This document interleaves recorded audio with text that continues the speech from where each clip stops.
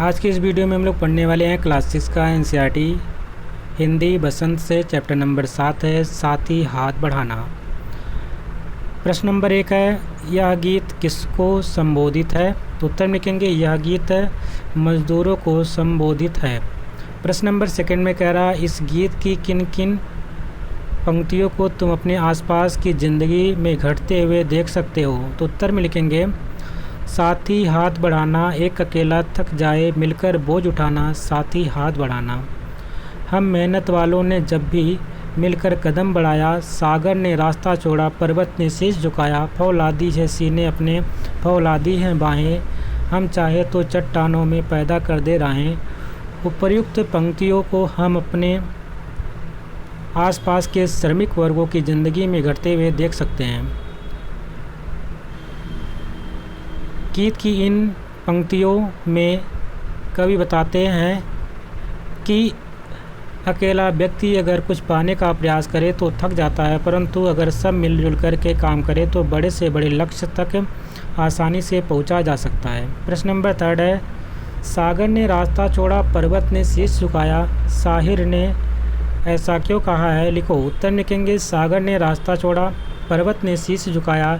इन पंक्तियों द्वारा गीतकार साहिर ने मनुष्य के साहस और हिम्मत को दर्शाया। यदि मेहनत करने वाले मिलकर कदम बढ़ाते हैं तो समुद्र भी उनके लिए रास्ता छोड़ देता है, पर्वत भी उनके सामने झुक जाता है, अर्थात आने वाली बाधाएं स्वयं ही टल जाती है। इसी हिम्मत के कारण ये मनुष्य पर्वत को काटकर मार्ग बना पाया, सागर में पुलों का निर्माण कर पाया, चाँद तक पहुँच पाया।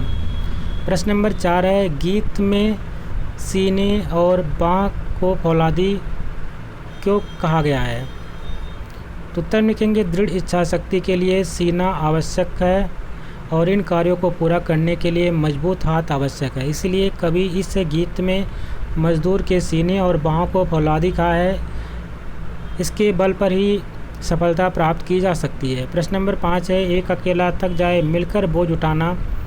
तुम अपने घर में इस बात का ध्यान कैसे रख सकते हो? पापा के काम और माँ के काम में क्या अंतर है? और का प्रश्न है, क्या वह एक दूसरे के हाथ बढ़ाते हैं? तो इसका उत्तर में लिखेंगे का उत्तर आप लोग लिखेंगे हम घर के काम में सहभागी बनकर के इस बात का ध्यान रखते हैं। और खा का उत्तर है पापा का काम पैसे कमाकर बाहर के से चीज़ें लाना, बिल भरना आदि, तो माँ का काम घर की सफाई करना, खाना बनाना आदि है।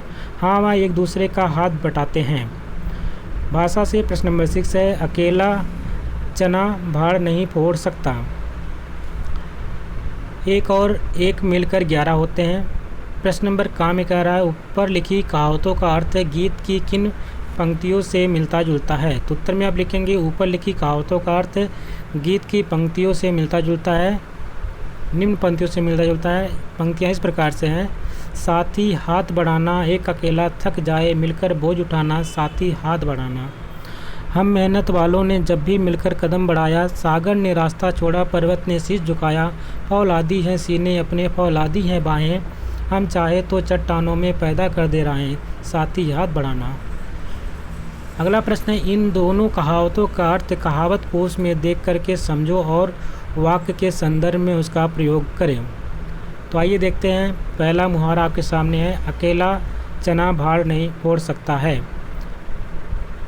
इसका अर्थ होता है मिलजुल कर काम करने से जीवन में प्रगति होती है। वाक्य के में प्रयोग में लिखेंगे, देश में भ्रष्टाचार को दूर करना किसी एक नेता के बस की बात नहीं है, इसके लिए सबको काम करना होगा क्योंकि अकेला चना भाड़ नहीं फोड़ सकता। दूसरा यहाँ पे मुहावरा था, एक और एक 11 मिलकर 11 होते हैं। इसका अर्थ होता है संगठन में शक्ति। वाक्य में प्रयोग में लिखेंगे, यदि हम मिलकर इस योजना पर काम करें तो यह निश्चित ही पूरी होगी क्योंकि एक और एक मिलकर ही तो 11 होते हैं। प्रश्न नंबर 7 है, हाथ से संबंधित कुछ मुहावरे दिए गए हैं, इनके अर्थ समझो और प्रत्येक मुहावरों से वाक्य बनाओ। पहला यहाँ पे मुहावरा दे रखा, हाथ ना सूझना। दूसरा है हाथ साफ करना। तीसरा है हाथ पैर फूलना। चौथा है मुहावरा हाथों हाथ लेना। पांचवा है मुहावरा हाथ लगना।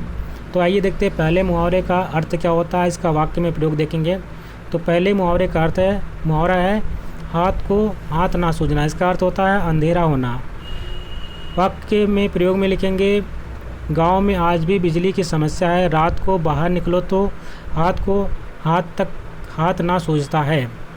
दूसरा मुहावरा यहाँ पे दे रखा था हाथ साफ करना, इसका अर्थ होता है चोरी करना। वाक्य में प्रयोग में लिखेंगे शादी वाले घर में सतर्क रहना जरूरी है वरना कोई भी हाथ साफ कर सकता है। तीसरा यहाँ पे मुहावरा है हाथ पैर फूलना, इसका अर्थ होता है डर से घबरा जाना। वाक्य के प्रयोग में लिखेंगे सड़क पर चलते चलते अचानक सांप को देखकर रामू के हाथ पैर फूल गए।